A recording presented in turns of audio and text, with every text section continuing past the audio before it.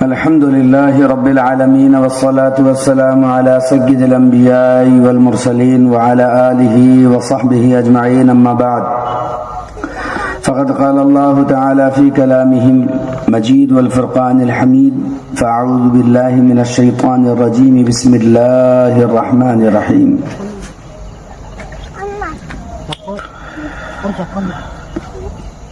ولا تزر وازرة وزر أخرى. وقال تعالى: إن المبذرين كانوا إخوان الشياطين.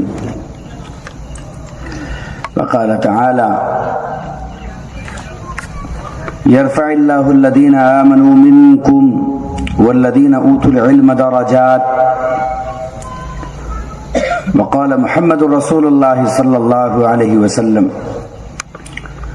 لا يأكل طعامك إلا تقي ولا تصاحب إلا مؤمنا، أو كما قال عليه الصلاة والسلام.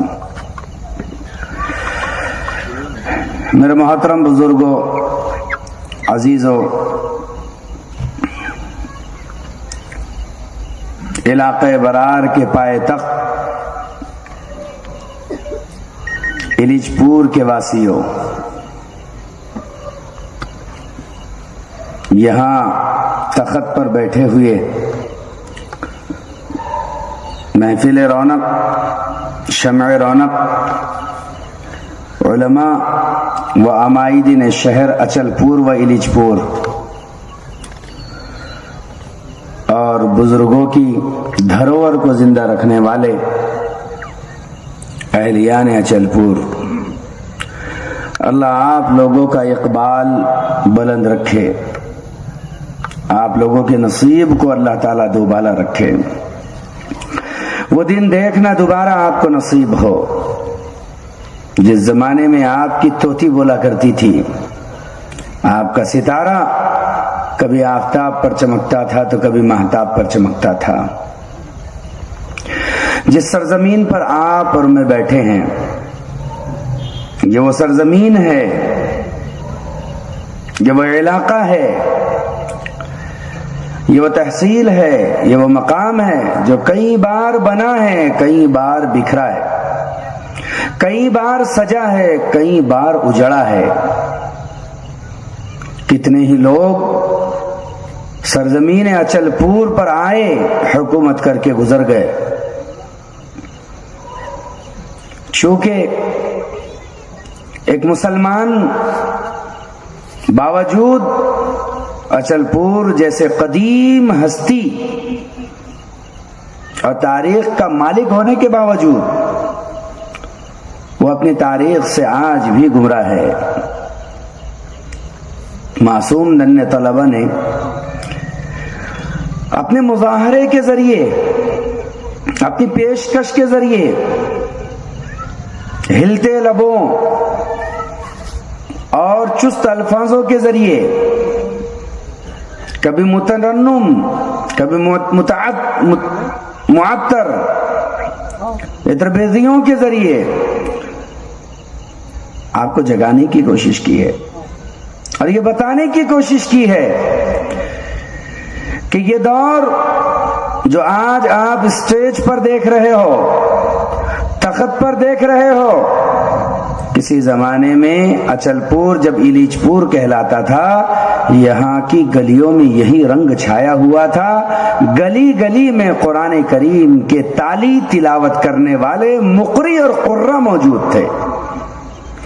ہر پتھر کے نیچے ایک عالم ملا کرتا تھا، ہر برج کے قریب، ہر فصیل کے قریب ایک محدث ملا کرتا تھا۔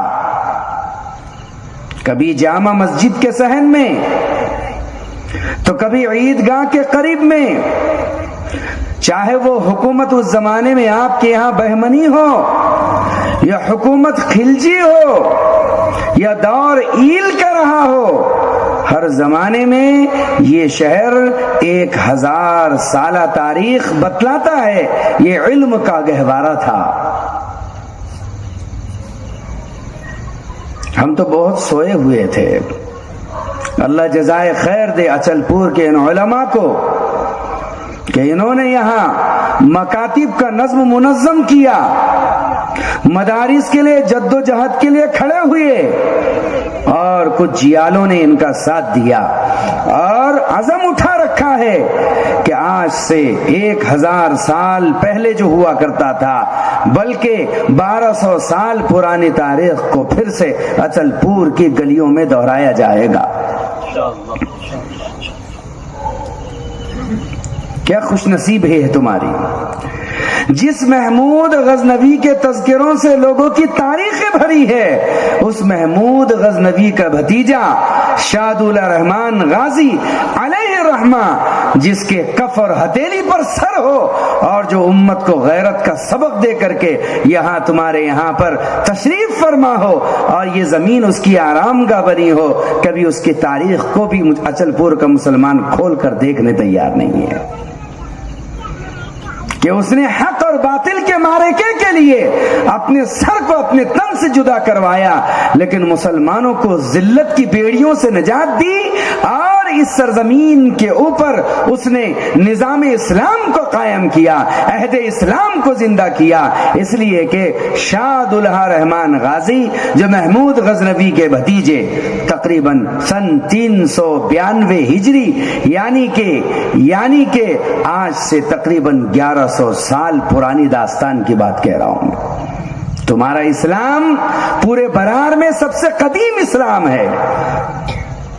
امراوتی وہ فیمس حیثیت نہیں رکھتا تھا جو فیمس حیثیت ایلیچ پور رکھتا تھا، اچل پور رکھتا تھا۔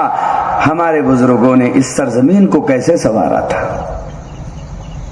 350 سال تو اس سرزمین پر ایسے گزرے ہیں کہ پورے برار میں کوئی محدث نہیں ہوگا۔ محدث کسے کہتے ہیں؟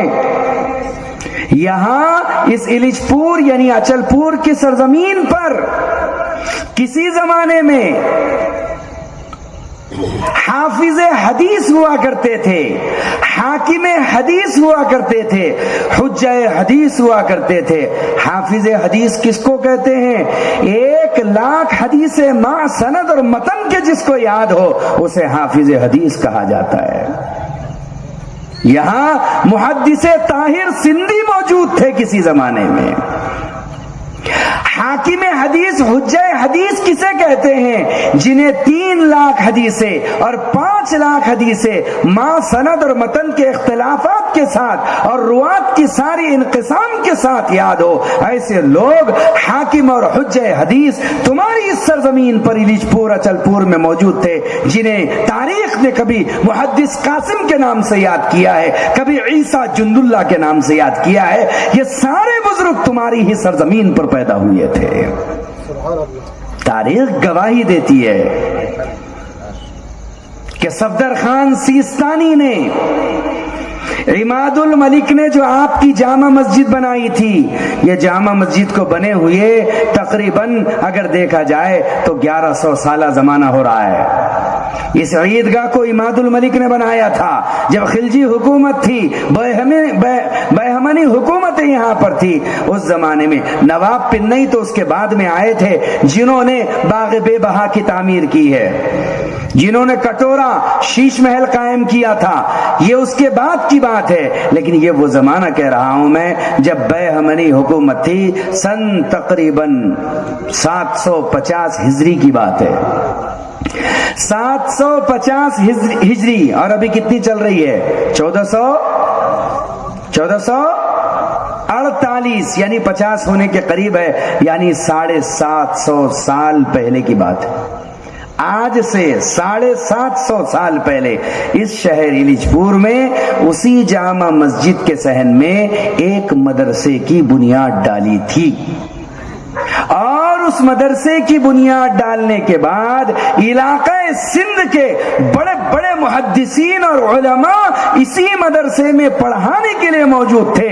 تقریباً 227 سال سے زیادہ وہ مدرسہ پورے علاقے برار ہی نہیں بلکہ بڑے بڑے دور دراز کے علاقوں کو علم سے سیراب کرتا رہا۔ یہاں سے فتوے دیے جاتے رہے، یہاں سے قضات کے معاملے ہوتے رہے، یہی سارے مسائل شرعی حل کیے جاتے رہے۔ ہے اور نظام اسلام کو استحکام یعنی نظام کے زمانے تک دکن حیدرآباد تک یہیں سے چلتا رہا اور تمہارے پاس پیسوں کی ریل پیل تھی, کچھ کمی نہیں تھی. اللہ رب العزت نے یہاں کے بسنے والے مسلمان کو بہت عزت, طاقت, شرافت, قوت, جاہ, جلال, منقبت, حشمت ہر چیز سے نوازا تھا. اس لیے کہ جلال الدین اکبر کے زمانے میں علیج پور کو چاندی کے سکوں کی ٹکسال بنا دیا گیا تھا.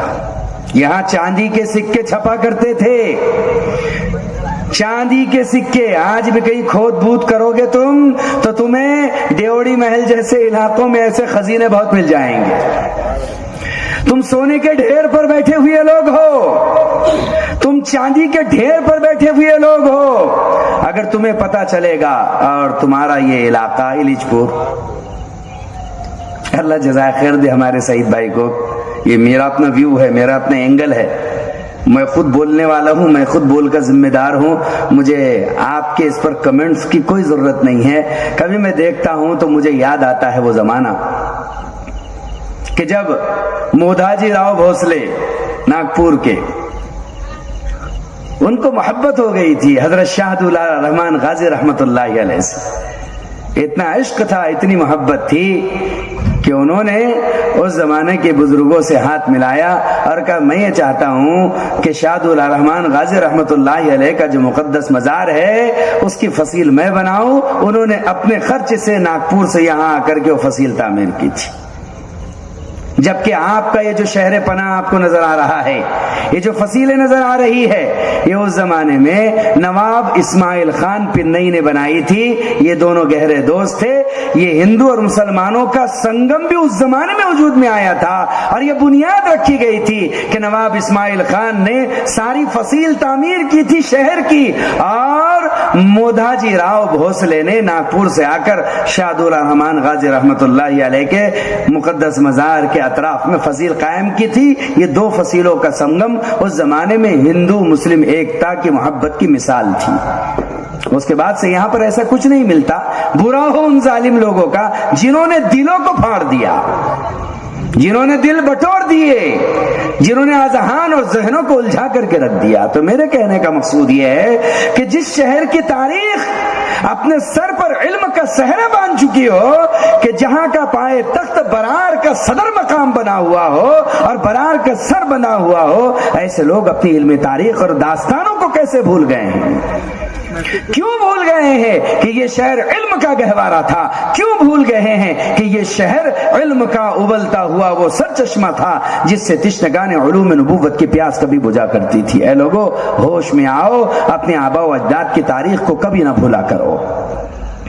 تم ایک غیرت مند جگہ کی قوم ہو, غیرت مند علاقے کے باسی ہو, تمہارے ذہن میں تعمیر ہونا چاہیے. تم نے اس سرزمین کو وہ محبت, وہ خلوص اور وہ معافات اور مکافات عمل عطا کیا ہے جو بعد کے لوگوں میں نظر نہیں آتا. اس لیے اپنے اس جذبے کو دوبارہ اپنے اندر رونما کرو, دوبارہ جلا دو, اس جذبے کی تخلیق پیدا کرو. اس لیے آج کے اس جلسے سے ہمیں جو نصیحت ملتی ہے وہ یہ ملتی ہے کہ ہم حال کو سمجھے کہ حال ہمیں کیا قال کہہ رہا ہے, حال ہمیں کیا مقال دے رہا ہے. دنیا کا سب سے عقل مند ترین آدمی وہ ہے, سب سے عقل مند ترین آدمی وہ ہے جو حال کے امر کو سمجھ لے. حال کا امر کس کو کہتے ہیں یہ بھی سمجھنا ایک ضروری امر ہے, ورنہ کون سی چڑیا ہے یہ حال کا امر, ہمیں کیا پتا. حال کا امر کسے کہتے ہیں؟ حال کے امر کا مطلب ہوتا ہے ابھی ہم سے ہمارا رب کیا چاہ رہا ہے, ابھی ہم سے ہمارا اللہ کیا چاہ رہا ہے, ابھی ہم سے ہمارے رسول کیا تقاضا کر رہے ہیں, ابھی ہم سے ہمارا قرآن کیا مانگ رہا ہے, ابھی ہم سے ہماری شریعت کس چیز کا تقاضا کر رہی ہے. حال کا امر اس کو کہتے ہیں.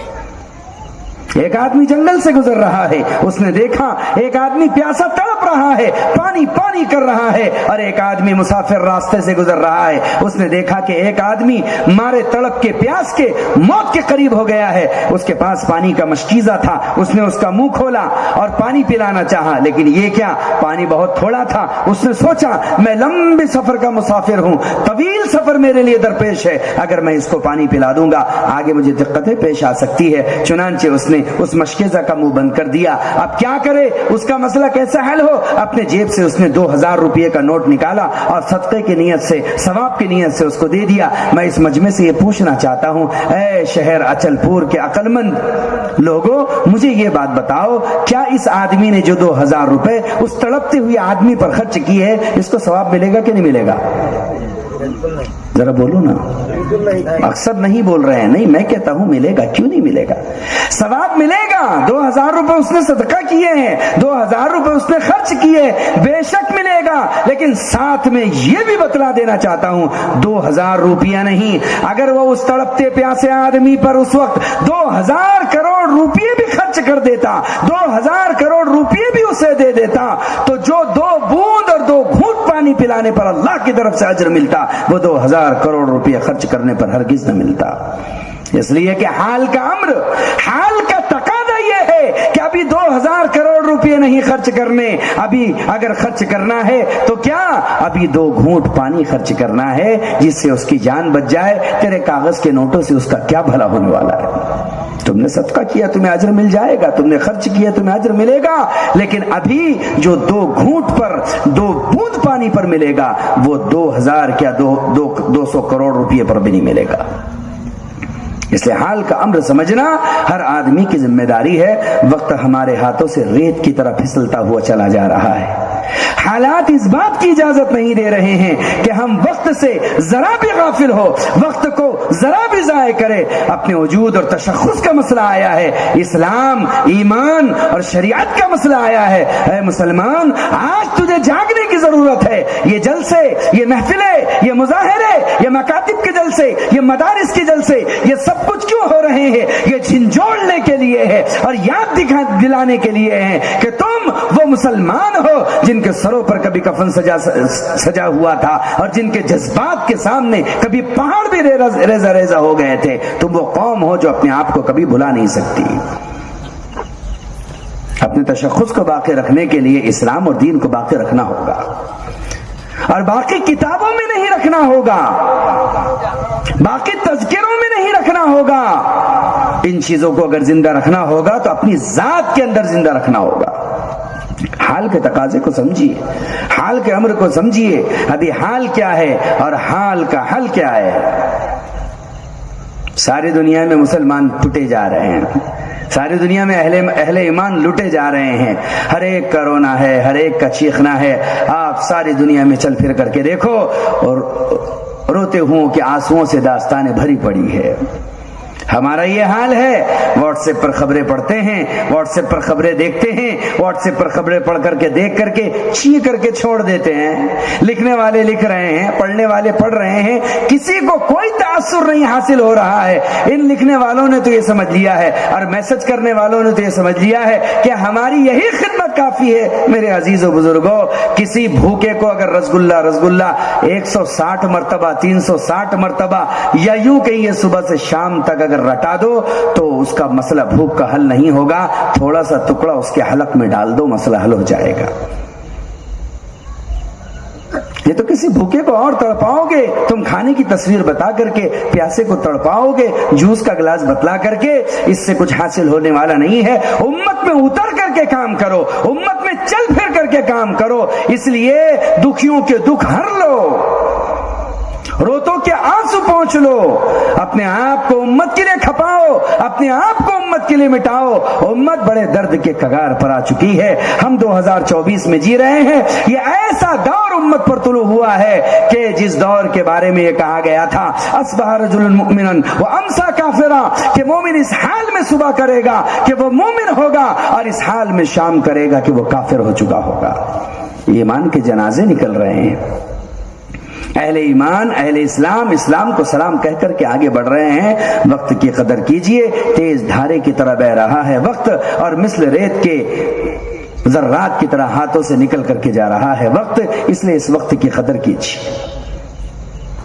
وقت بڑا غیور ہے. ایک مرتبہ اگر آپ کے ہاتھ سے نکل گیا، چلا گیا، تو نہ کبھی کسی کے لیے دوبارہ لوٹا ہے اور نہ ہی تو کبھی لوٹ کر کے آ سکتا ہے. اس وقت کی قدر کر لیجئے، اس وقت کی قدر کر لیجئے. اس لیے کہ سدا دور و دورہ دکھاتا نہیں اور گیا وقت پھر ہاتھ آتا نہیں. اس لیے حال کا ایک تقاضا یہ ہے، ہم آپسی اختلافات کو مٹا دیں، آپسی انتشارات کو دور کر دے. جس کو جس طریقے سے اچھا لگتا ہے وہ اس طریقے پر رہے، لیکن ہمارے منبر سے اب ایسی صدا نہ لگے کہ یہ مخالف، وہ موافق، یہ کمینہ، وہ رذیلہ، یہ برا، یہ اچھا.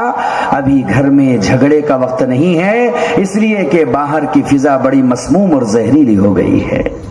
ایک دوسرے کو محمد الرسول اللہ کا امتی ہونے کی حیثیت سے دیکھنے کی ضرورت ہے. آپ جہاں ہیں وہیں رہیے، کوئی اختلاف نہیں ہے. آپ جو کرتے ہیں وہ کرتے رہیے، کوئی اختلاف نہیں ہے. لیکن اب ایک دوسرے کو برملا برا کہنے کا موقع نہیں ہے. ہم اپنی لڑائی پھر لڑ لیں گے، ہم اپنے نظریات پھر اجڑ لیں گے، پھر جھگڑا ہو جائے گا، کوئی بات نہیں ہے، پھر مناظرے کر لیں گے. لیکن آج کا موقع ایک دوسرے کے لیے درد کے ساتھ ابل پڑنے کا ہے، ایک دوسرے کے کندھے سے کندھا لگانے کا زمانہ ہے. ہم کب تک ایک دوسرے کے پیر کھینچتے رہیں گے؟ ہمیشہ آپس کی لڑائی میں اغیار شکار کر لیتے ہیں. بڑی سے بڑی طاقتیں جب آپس میں لڑ جاتی ہے تو چھوٹی سے چھوٹی طاقت ان پر غلبہ پا لیتی ہے، غلبہ حاصل کر لیتی ہے. ایسا نہیں ہے کہ ہمارے ملک ہندوستان میں یہ حالات پہلی مرتبہ آئے ہیں. ملک ہند میں ایسے حالات اس سے پہلے بھی طلوع ہوئے ہیں. خاک و خون کی ہولی میں مسلمان کل بھی گرفتار ہوا تھا جیسے آج گرفتار ہوا ہے. لنچنگ کی کوئی پہلی داستانیں نہیں ہے. زمانے سے اس ملک کا مسلمان ان دردوں کو بھگتتا آ رہا ہے، لیکن ملک کی سالمیت کے لیے، اتحاد کے لیے وہ کل بھی صبر کیے ہوئے تھا، آج بھی صبر کیے ہوئے ہے، اور انشاءاللہ آئندہ قیامت تک کی صبح تک صبر کرے گا، لیکن اتحاد کو ٹوٹنے نہیں دے گا. مسلمان صابر و شاکر ہے، اس لیے کہ ہمیں اس سرزمین سے پیار ہے، اس مٹی سے پیار ہے. ہمارے آباء و اجداد کے جسد اطہر اس خاکی اور مٹی میں ملے ہوئے ہیں، یہاں مدفون ہے. ہماری داستانیں، وہ ہماری یادداشتیں، وہ ہماری پوری کنہا اور بہت پرانی داستانیں آج بھی یہاں زیر زمین دفن ہیں. ہم انہیں بھلا نہیں سکتے. یہ مٹی ہمارے لیے تیمم کا مقام رکھتی ہے. یہ مٹی ہمارے چہرے سے لگتی ہے، یہ مٹی ہمارے ہاتھوں سے لگتی ہے، یہ مٹی ہمارے سینے سے لگتی ہے. ہم اس مٹی سے کبھی دغا سمجھ بھی نہیں سکتے، اس لیے کہ ہمارے چہروں پر تو اور پیشانیوں پر اس مٹی کے تیمم کے نشانات آج بھی باقی ہے. اس لیے دنیا تمہارا اس وقت تک کچھ نہیں بگاڑ سکتی جب تک تم میں، ہم میں اتحاد اور اتفاق موجود ہے. بڑے حالات سے گزرا ہے زمانہ ہمارے اس ملک کا. جب حالات کشیدہ ہو گئے، انگریزوں کی حکومت یہاں ہوا کرتی تھی اور گوروں کی جب یہاں حکومت ہوا کرتی تھی، وہ ظلم کیا ہے ہندوستان کے سرزمین اور رعایا کے اوپر ان لوگوں نے کہ ساری انسانیت تراہیمام رحم کی بھیک مانگ رہی تھی. اس زمانے میں جب چاروں طرف پورا ملک جل رہا تھا، حضرت حاجی امداد اللہ مہاجر مکی رحمت اللہ علیہ، سید الطائفہ حاجی امداد اللہ مہاجر مکی رحمت اللہ علیہ، ہندوستان سے مکۃ المکرمہ اور مدینۃ المنورہ کی طرف رخت سفر باندھ کر کے روانہ ہوئے تھے. ایک عرض داشت لے کر سرور کونین کے در پر جا پہنچے تھے. آج کوئی عمرہ کرنے والا ایسا نہیں نظر آتا، حج کرنے والا ایسا نہیں نظر آتا جو یہ کہتا ہو آ کر کے کہ میں عمرہ کرنے گیا تھا، رسول اللہ کے مزار اقدس پر، بارگاہ اقدس میں گیا تھا، اس امت کے حال کو پیش کرنے کے لیے کہ اے رسول اللہ، اس امت کا حال یہ ہے، اس امت کے لیے دعا فرمائیے. اللہ کی قسم ہمارا ایمان ہے، رسول اللہ صلی اللہ علیہ وسلم اپنے قبر اطہر میں اپنے جسم خاص کے ساتھ، اپنے جسد خاکی اور جسد اطہر کے ساتھ ایسے ہی زندہ موجود ہے جیسے زمین پر زندہ موجود تھے. آپ روضے اقدس میں موجود ہے، امت کی سن بھی رہے ہیں، امت کے سلام کا جواب بھی دے رہے ہیں، اور آنے والوں سے گفتگو بھی ہے۔ بس کمی اگر کسی چیز کی ہے، تمہارے میرے عقیدے اور احترام کی ہے اور ایمان کی ہے کہ ہم رسول اللہ کے پاس جا کر کے اپنا دکھڑا رونے تیار نہیں ہے۔ شوق کے لیے عمرے ہو رہے ہیں، ذوق کے لیے عمرے ہو رہے ہیں، ٹور کے لیے عمرے ہو رہے ہیں، لیکن کوئی درد رکھنے والا امت کا کوئی ایسا نہیں ہے جو رسول اللہ کے پاس جا کر کے خاص اس لیے سفر کر کے گیا ہو، 1-1.5-2 لاکھ روپے اس لیے خرچ کر کے گیا ہو کہ امت کے اس ذب و حالی کو رسول اللہ کو بتائے اور رسول اللہ کو یہ بتلائے کہ اے رسول اللہ صلی اللہ علیہ وسلم، آپ کے بعد اس سرزمین پر آپ کے ماننے والوں اور آپ کے چاہنے والوں کا بڑا برا حال ہے کہ سر ہمارے اڑائے جا رہے ہیں، بستیاں ہماری ویران کی جا رہی ہے، اور چاروں طرف خون آشنام شامیں پھیل چکی ہے۔ ایسا لگتا ہے کہ شام کی کوئی صبح نہیں ہے، کوئی درد کا رونے والا اور کرب کا بیان کرنے والا نہیں ہے۔ سید الطائفہ حاجی امداد اللہ مہاجر مکی رحمت اللہ علیہ روضہ اطہر پر پہنچے۔ مورخ نے ان کے مکالمے کو ذکر کیا ہے، جو بزرگوں سے بات مجھ تک پہنچی ہے میں وہ تمہیں سنا رہا ہوں، جو بزرگوں سے سنی ہے۔ روضہ اقدس پر جا کر کے سلام پیش کیا، اور سلام پیش کر کے بہت روئے، اور ملک ہندوستان کے حالات کا تذکرہ رسول اللہ صلی اللہ علیہ وسلم کے بارگاہ اقدس میں کیا، ان الفاظ میں ایک شعر کے ساتھ: حد سے گزرا تیری امت کا پریشان ہونا، حد سے گزرا تیری امت کا پریشان ہونا، بس اب رہ گیا برگشتہ دورہ ہونا، تیرے اسلام کو لے جائے کہاں اے شاہ عرب، ہر طرف جرم میں داخل ہے مسلمان ہونا، ہر طرف جرم میں داخل ہے مسلمان ہونا۔ جہاں مسلمان ہمارا ہونا سنتے ہیں، دنیا ہمیں اس لیے ستا رہی ہے اے رسول اللہ، اس لیے کہ ہم آپ کے چاہنے والے ہیں، دنیا ہمارے سروں سے فٹ بال کی طرح اس لیے کیک کر رہی ہے کہ ہم آپ کے نام لیوا ہے۔ اے رسول اللہ آپ بتائیے ہم آپ کے اسلام کو لے کر کہاں جائیں؟ ہر طرف جرم میں داخل ہے مسلمان ہونا۔ روضہ اقدس سے آواز آئی تھی، روضہ اطہر سے آواز آئی تھی، جسے شاعر نے ان الفاظ میں قلم بند کیا، آپ نے جواب بھی دیا اور اس کا حل بھی بتلا دیا، بڑا سیدھا سا، بڑا سادہ سا۔ روضہ اقدس سے آواز آئی تھی، تیرے اعمال سے ہے تیرا پریشان ہونا، تیرے اعمال سے ہے تیرا پریشان ہونا، ورنہ مشکل نہیں مشکل کوئی آسان ہونا، دونوں عالم پہ حکومت ہو تیری اے مومن، تو اگر سمجھ جائے خود تیرا مسلمان ہونا۔ میں آج یہ سمجھ میں تیار نہیں ہوں کہ میں ایک مسلمان ہوں، مسلمان 5 وقت جھکتا ہے، میں مسلمان ہوں، اس کے چہرے پر رسول اللہ کا یہ نور داڑھی کی شکل میں اگتا ہے، میں مسلمان ہوں، اس زبان سے جھوٹ کبھی نہیں نکلتا ہے، میں مسلمان ہوں، ایک وعدے کا پابند ہوا کرتا ہے، میں مسلمان ہوں، اس کی آنکھوں میں حیا کا نور ہوتا ہے، میں مسلمان ہوں، اس کا قدم بدی کی طرف کبھی نہیں چلتا ہے، میں مسلمان ہوں، اس کے ہاتھ سے کبھی کسی کو تکلیف نہیں پہنچتی ہے۔ میں اپنے آپ کو مسلمان جس دن سمجھ لوں گا، یہ عالم پھر دوبارہ میرے قدموں کے نیچے آ جائے گا۔ تیرے اعمال سے ہے تیرا پریشان ہونا، ورنہ مشکل نہیں مشکل کوئی آسان ہونا، دونوں عالم پہ حکومت ہو تیری اے مومن، تو اگر سمجھ جائے خود تیرا مسلمان ہونا۔ یہ ہے حال کے امر کا حل، آج جو حال ہے یہ اس کا حل ہے، وقت ابھی ہمارے پاس ہے، اس وقت کی قدر کیجئے، اس لیے کہ یاد رکھیے سدا دور و دورہ دکھاتا نہیں، گیا وقت پھر ہاتھ بولیے آتا نہیں۔ وقت کی قدر کیجئے، آج آپ کے پاس ہے، کل کسی اور کے پاس ہے، اگر آپ کے ہاتھ سے وقت نکل گیا تو مثل مشہور ہے برار کی، جب چڑیا چگ گئی کھیت تو پھر پچھتانا کاہے کا۔ جب چڑیا چگ جائے گی کھیت اور سب جب لٹ جائے گا، پٹ جائے گا، سب مٹ جائے گا، اس وقت آدمی سجدوں میں سر گاڑ بھی دے گا، تب بھی کوئی فائدہ نہ ہوگا۔ آج موقع ہے، اذانوں پر لبیک کہو، آوازوں پر لبیک کہو، مسجدیں کہہ رہی ہے، مؤذنین کہہ رہے ہیں، حق نواز حق بآواز لوگ کہہ رہے ہیں کہ آواز دے رہا ہوں تمہیں ہر مقام سے آواز ملا کیوں نہیں دیتے۔ ہر طرف سے صدا آ رہی ہے، آواز سے آواز ملا دو، وقت کو سمجھو، وقت کی نزاکت کو سمجھو، وقت کی قدر کرو، وقت تمہاری قدر کر لے گا۔ افغانستان کے جب حالات بہت خراب ہوئے، خاک و خون کی ہولی عام ہو گئی، لوگ گھروں میں زندہ جلا دیے گئے، جو ہاتھ لگے تہتیک کر دیے گئے، قبیلے کے قبیلے، کنبے کے کنبے مٹا دیے گئے۔ مورخ لکھتا ہے افغان کے نالیوں میں پانی جیسے بہا کرتا ہے ایسے خون بہ رہا تھا۔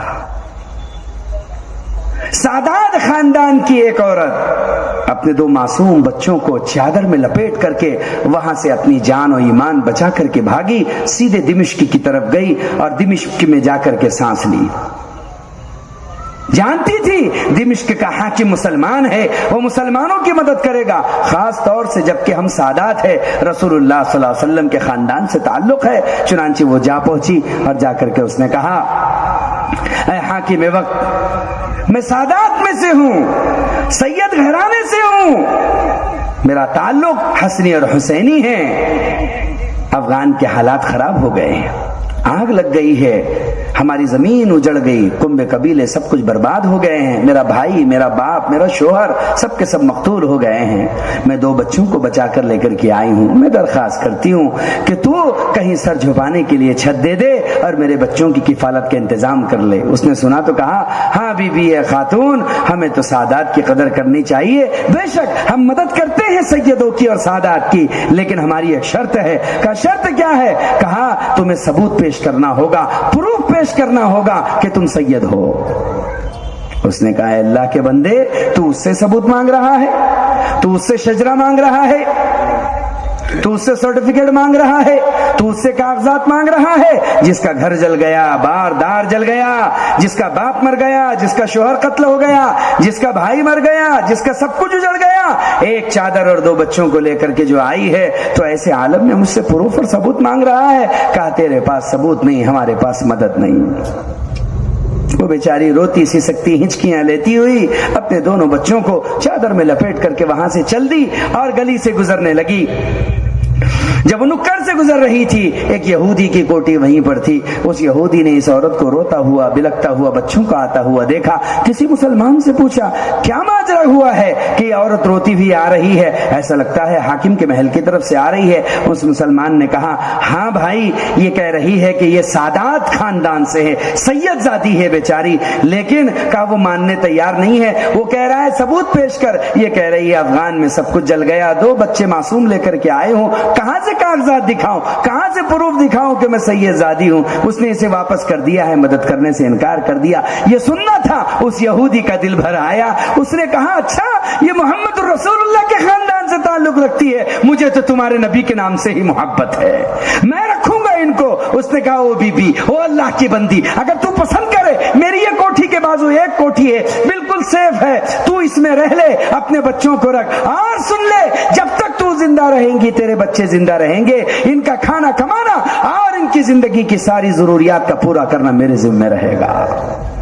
اللہ کی شان، وہ اس کوٹھی میں بچوں کے ساتھ داخل ہو گئی۔ ادھر یہ حاکم وقت رات میں سویا، تہجد کا وقت تھا، اس نے خواب دیکھا، چاروں طرف نورانی روحانی دھواں اڑ رہا ہے اور یہ اس کے درمیان میں سیل و تفریح کر رہا ہے۔ اس نے دیکھا جب دھواں ہٹا، بڑا خوبصورت بڑا زرین سامنے محل ہے، جس کی 1 اینٹ سونے کی 1 اینٹ چاندی کی اور مشک کا گارا جس سے معطر عطر بیزیاں ابھر رہی ہے اور چاروں طرف ہواؤں میں بکھر رہی ہے۔ اس نے دیکھا وہ زمرد اور یاقوت اور ہیر اور موتی سے جڑا مڑا محل ہے اور اس پر لکھا ہوا ہے قصر المؤمنین۔ یہ آگے بڑھا کہ مومنوں کا محل ہے، دیکھنا چاہیے جو باہر سے اتنا حسین و خوبصورت اور جمیل ہے وہ اندر سے کتنا حسین و جمیل اور خوبصورت ہوگا۔ جیسے وہ اندر داخل ہونا چاہا، فوراً فرشتوں نے نیزے لگا کر کے روک دیا اور کہا، ٹھہرو، کہاں جا رہے ہو؟ کہا اس محل میں جا رہا ہوں۔ کہا تم کیوں جا رہے ہو؟ یہ مومنوں کا محل ہے۔ کہا تمہیں نہیں معلوم کہ میں مومن ہوں، میں دمشق کا حاکم ہوں، مسلمانوں کا حاکم ہوں، میں کیوں نہیں جا سکتا؟ انہوں نے کہا ٹھیک ہے تم جا سکتے ہو، مگر پہلے ثبوت پیش کرو کہ تم مومن ہو۔ اس نے کہا تمہارا دماغ خراب ہے، کیا خواب میں کوئی اپنے ساتھ ثبوت لے کر کے آتا ہے؟ کیا مرنے کے بعد کوئی اپنے ساتھ ثبوت لے کر کے آ سکتا ہے؟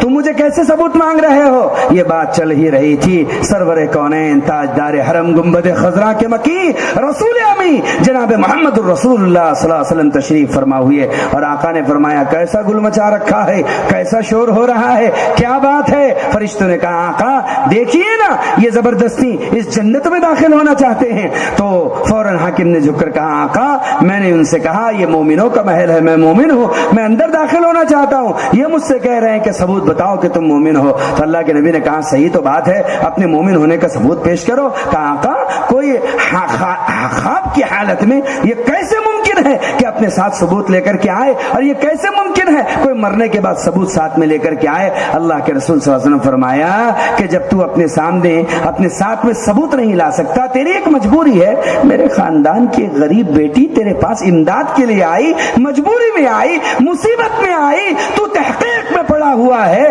اور اس سے ثبوت مانگتا ہے، چل نکل، تیرے پاس ثبوت نہیں، ہمارے پاس داخلہ نہیں۔ خواب ٹوٹ گیا، دین سے جاگا، فجر کی نماز کے بعد فوراً لاؤ لشکر کو جمع کیا، پتہ کرو وہ عورت کہاں ہے، وہ بچے کہاں ہے، فلاں یہودی کی کوٹھی میں ہے۔ دوڑ کر کے گیا، لاؤ لشکر کھڑا ہوا تھا، کنڈی کھٹکھٹائی گئی، یہودی باہر آیا، کہا کیا بات ہے؟ دیکھا سامنے حاکم وقت کھڑا ہوا ہے، کہا میں تجھے حکم دیتا ہوں کہ اس عورت کو اور دونوں بچوں کو میرے حوالے کر دے۔ تو اس نے کہا نہ، میں تو ان کو حوالے نہیں کر سکتا۔ کہا میں تجھے سخت سزا دوں گا۔ کہا اے حاکم وقت تو سخت سزا کی کیا بات کرتا ہے؟ تو میرے ٹکڑے ٹکڑے کر دے، میری بوٹیوں کو، چیل کور کتوں کو کھلا دے، تب بھی اس بی بی کو اور ان بچوں کو تیرے حوالے نہیں کروں گا جن کی برکت سے مجھے نعمت اسلام نصیب ہوئی ہے، کبھی نہیں کر سکتا۔ کہاں؟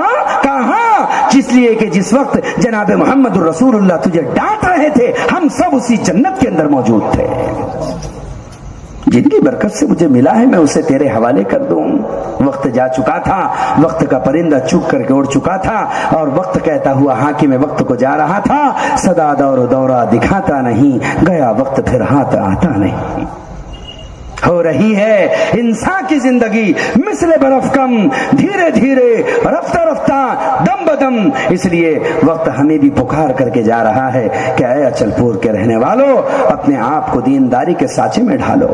ان بچوں نے آج تمہیں یہ بتایا ہے کہ جو چیز ہم بچپن میں کر سکتے ہیں وہ آپ بچپن میں کر سکتے ہیں۔ تمہارے لیے چلت العلوم پھرت العلوم، اللہ کے راستے کی تبلیغ کے راہیں بھی موجود ہے، تمہارے لیے مدارس بھی موجود ہے، مکاتب بھی موجود ہے، تمہارے لیے مساجد بھی موجود ہے، تمہارے بچوں کے لیے، بڑوں کے لیے، ہر ایک کے لیے نظام استحکام کے ساتھ موجود ہے۔ تم تو اچل پور کی تاریخ کو دورہ کر کے ان مدارس کو وہ ضیاء بخشو، وہ زندگی بخشو جو تمہاری وراثت کی ضامن ہے۔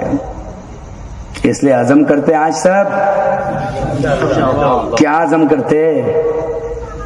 اپنی تاریخ کو زندہ کریں گے انشاءاللہ، اپنے آپ کو دین کے سانچے میں ڈھالیں گے انشاءاللہ۔ جو باتیں ننھے بچوں کے زبانوں سے ہمارے سامنے آئی ہے اسے اپنی زندگی میں ڈالیں گے انشاءاللہ۔ ارے زور سے بولو۔ اس لیے پہلے ایک تقاضا اور پھر آپ کو ایک خوشخبری سناؤں گا، آپ تقاضا پورا کر دیں گے انشاءاللہ تو آپ کو خوشخبری سناؤں گا کہ ہم 750 ہجری کی داستان کو دوبارہ زندہ کرنے کے لیے کیا عزم کر رہے ہیں، تمہیں خوشخبری سناؤں گا۔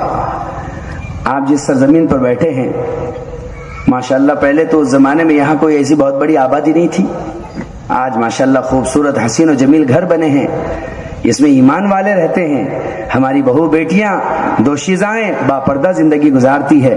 یہاں اللہ کا ایک گھر بن گیا ہے، مسجد ابو بکر صدیق کے نام سے، بڑا کام ہوا ہے، اللہ جزائے خیر دے۔ وقت اجازت نہیں دیتا لیکن تم لوگ بہت پیارے ہو، میں پھر سے کہتا ہوں تمہارے جذبات عام لوگوں سے الگ ہے، کیونکہ تم پائے تخت کے لوگ تھے اور تمہارے یہاں ٹکسال تھی چاندی کے سکوں کی۔ میں پھر کہہ رہا ہوں اللہ وہ سکوں کی کھنک رمک پھر سے تمہیں دکھا دے، اس مجمع کے علماء تمہیں دما دیں گے۔ مجھے آج پہنچا تو معلوم ہوا کہ مسجد پر قرض ہے، مجھے اچھا نہیں لگا۔ اچل پور کی سرزمین،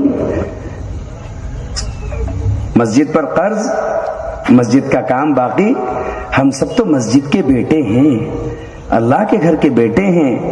کوئی باپ اگر قرض چھوڑ کر کے مر جائے تو اس کے بیٹے اگر اس کا قرض ادا کر دے تو نافرمان اگر اولاد ہو تب بھی اللہ فرمانبرداروں کی صف میں شامل کر دیتا ہے. اس لیے ہم یہ چاہتے ہیں کہ اللہ کے گھر کا یہ قرض اتر جائے. اگر تھوڑی سی ہمت کر لیں.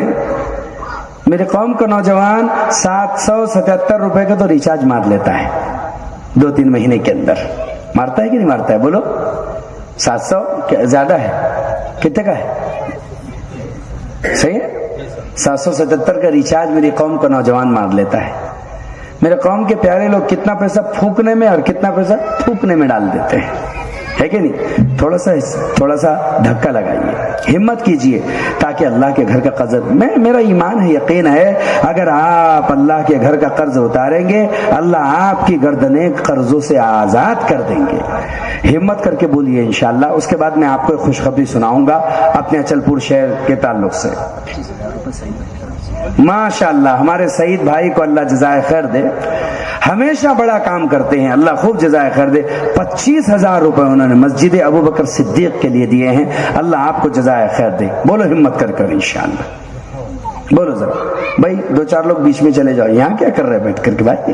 چلو مولوی سہیل صاحب جاؤ، عبدالرازق جاؤ. ماشاءاللہ یہ سارے ہمارے پیارے لوگ ہیں. ہاتھ دبا کر پیر دبا کر ان کے سامنے ہم نے مسجد کا تقاضا رکھا ہے. ہمت کر کے بولو انشاءاللہ. آپ بولتے رہیں گے انشاءاللہ کام ہو جائے گا. اندر جاؤ. ماشاءاللہ ماسٹر صادق صاحب وغیرہ جو پیچھے کھڑے ہوئے ہیں بیٹھے، میں ان سے بھی گزارش کرتا ہوں کہ کھڑے ہو جائے ذرا. بولو بھائی ماشاءاللہ. بولو ہمت کر کے بولو ماشاءاللہ. ایک صاحب کی طرف سے علماء کرام آپ کے سامنے آ رہے ہیں. ماسٹر عمران صاحب کتنے؟ 500 روپے. اللہ قبول فرمائے. اللہ تعالیٰ دینے والوں کی جان میں مال میں عزت و آبرو میں برکت دے. ارے سونے کی برسات ہو جائے دینے والوں پر. ارے بولو نا آمین. اپنا کیا جا رہا ہے؟ دینے والے کون ہے؟ کیا بول رہے؟